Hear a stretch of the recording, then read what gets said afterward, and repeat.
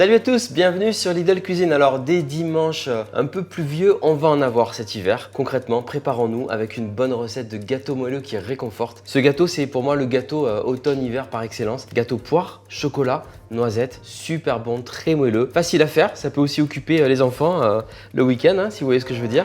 Non, pas du tout, pas du tout. Donc n'hésitez pas à la refaire à la maison. Vous avez tous les ingrédients qui sont listés en description de la vidéo, comme d'habitude. Vous les retrouvez chez Lidl. Et bien, on attaque. Pour réaliser un gâteau moelleux poire, chocolat et noisettes grillées pour 8 personnes, vous aurez besoin de 4 œufs, 100 g de sucre, 20 centilitres de crème liquide entière, 100 g de farine, un demi-sachet de levure chimique, 100 g de poudre de noisette, un yaourt nature, 3 poires, 200 g de chocolat noir à pâtisser et 50 g de noisettes entières. C'est parti, moi il n'y a que des ingrédients qui m'inspirent là sur la table. On va commencer par le chocolat. Prenez bien donc du chocolat noir dessert. On va prendre une tablette complète. Donc il y a une partie qui va partir dans la pâte à gâteau et l'autre qui va partir pour le glaçage. Dans la pâte à gâteau, à vous de voir si vous préférez l'intégrer pour avoir une pâte à gâteau tout chocolat ou en mode pépite. On peut faire ça aussi aujourd'hui. Ce que je vous propose, c'est qu'on fasse donc fondre une partie du chocolat qui va partir donc au micro-ondes. Vous le coupez, hop. En général, c'est 2 fois 1 minute au micro-ondes pour avoir le chocolat fondu bien et vous laissez 30 secondes entre les deux. Et cette partie-là, on va avec un couteau la concasser pour avoir des belles pépites. Dans la recette, on a de la crème liquide. Je vais en mettre un petit peu avec le chocolat pour l'aider à fondre. On y va pour 1 minute 30 à peu près au micro-ondes. C'est parti. Alors on prend un gros couteau, on va concasser le reste du chocolat.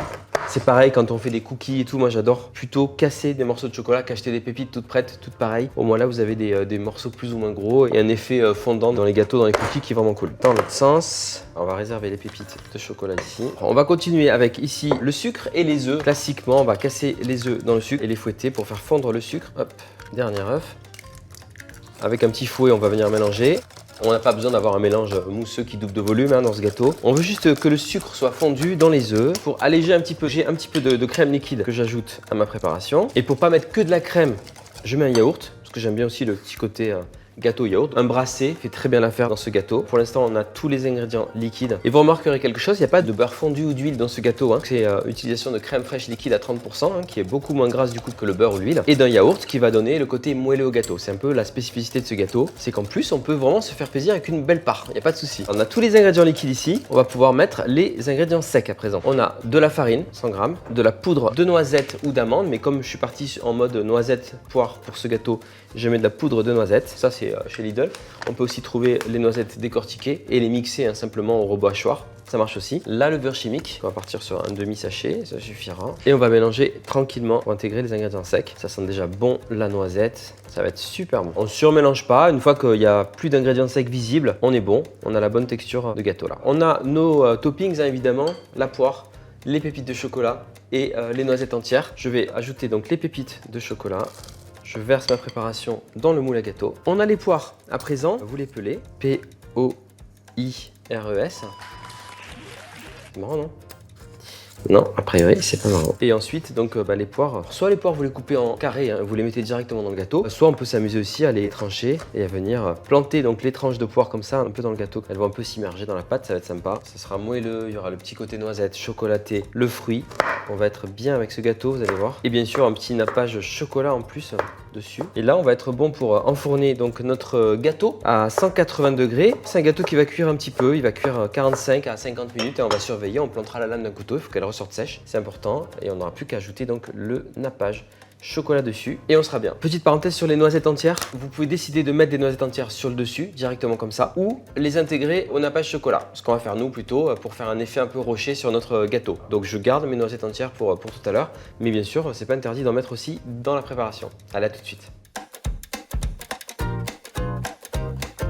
Dernière étape pour notre gâteau, notre fondant. Poire, chocolat, noisette, le petit glaçage. Donc on a nos noisettes devant nous. Je vais simplement avec le plat du couteau venir les écraser. Elles sont torréfiées. Donc si vous achetez des noisettes qui ne sont pas torréfiées, eh bien vous les passez 15 minutes sur une plaque au four à 150 degrés à peu près, c'est très bien. Plutôt pas trop chaud le four et un peu plus longtemps pour aller les torréfier bien à cœur. Sinon vous allez juste brûler l'extérieur. On a un super goût de noisettes torréfiées. Soit on les coupe comme ça juste un peu grossièrement, soit vraiment vous allez les concasser un peu plus pour faire un glaçage façon rocher. Donc on le fait avec des éclats de noisettes ou d'amandes. Pour les couper en deux, moi j'utilise le plat du couteau et après, hop, je reconcasse grossièrement. Voilà, il y aura des gros morceaux, des petits morceaux, c'est pas grave, c'est très bien. Et ensuite, on va ajouter donc les noisettes à notre glaçage. Si votre glaçage durcit, vous le passez 20 secondes au micro-ondes et c'est bon. On envoie les noisettes dedans, on mélange bien. Il faut que le chocolat vienne enduire toutes les noisettes. J'ai démoulé le gâteau, hein, il est froid, il ne faut pas le faire sur le gâteau chaud. C'est important de laisser refroidir le gâteau et on va pouvoir venir déposer notre glaçage dessus. On peut faire que le dessus comme ça, hein, ou aussi les côtés, c'est vous qui voyez à la maison. Le fait d'avoir mis de la crème liquide dans le chocolat va le garder un peu souple aussi, hein. Ça va éviter qu'il durcisse votre chocolat quand vous allez par exemple réserver votre gâteau au frais. Je viens juste faire le dessus pour ma part. Et dans l'idéal, vous le laissez un petit peu prendre au frais, hein, une petite heure, comme ça prendra une belle texture. Je vais la couper comme ça, c'est pas grave, hein. Le glaçage est très souple, mais il est brillant encore. En tout cas, c'est fait bien gourmand. Allez, on va couper une part. On voit tout de suite, hein, la texture qui est top. On voit les tranches de poire aussi dedans. Ça se voit qu'il est hyper moelleux. Waouh, il y a un petit peu tiède encore, c'est pas mal, ça j'adore. Et des pépites de chocolat. On va se régaler avec ce gâteau au chocolat, poire et noisettes. Là, j'ai fait 7 parts, on peut en faire 6 belles parts ou 8 correctes, hein. Donc entre 6 et 8 personnes, vous avez un gâteau qui est très gourmand, très moelleux, qui va être juste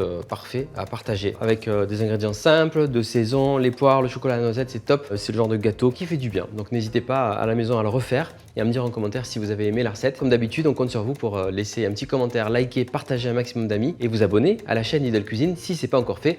On vous attend les bras ouverts. À la semaine prochaine.